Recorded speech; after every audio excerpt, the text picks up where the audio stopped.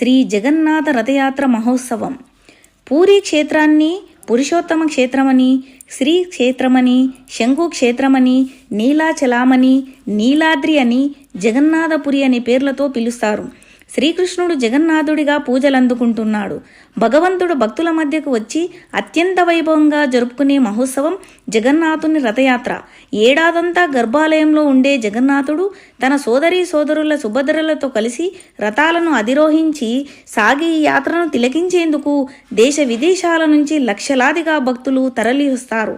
అటువంటి పూరి జగన్నాథుని రథోత్సవం చూడాలంటే పూరికి వెళ్లాల్సిందే.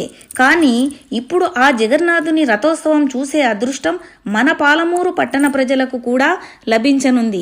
అటువంటి రథయాత్ర మన పాలమూరు పట్టణంలో జూలై 14వ తేదీ ఆదివారం నాడు వైభవంగా జరగనుంది. పాలమూరు భక్త బృందం ఆధ్వర్యంలో అద్భుతమైన కీర్తనలతో, భక్తుల నృత్యాలతో, భజనలతో, కోలాటాలతో పరమాద్భుతమైన ఉత్సవము జరగనుంది. రేపు 14వ తేదీన మధ్యాహ్నం 3 గంటల నుండి 7 గంటల వరకు జరగబోయే పూరీ జగన్నాథుని రథోత్సవ కార్యక్రమం పాలమూరు పట్టణం టీటీడీ కళ్యాణ మండపం నుండి ప్రారంభమై అశోక్ టాకీస్ చౌరస్తా, వన్ టౌన్, పాన్ చౌరస్తా, క్లాక్ టవర్, పాత బస్టాండ్, తెలంగాణ చౌరస్తా, శెట్టి కాంప్లెక్స్ల మీదుగా టీటీడీ కళ్యాణ మండపం చేరుకుంటుంది. కనుక భక్తులంతా అధిక సంఖ్యలో పాల్గొని స్వామివారి కృపకు పాత్రులు కావాలని కోరుతున్నారు.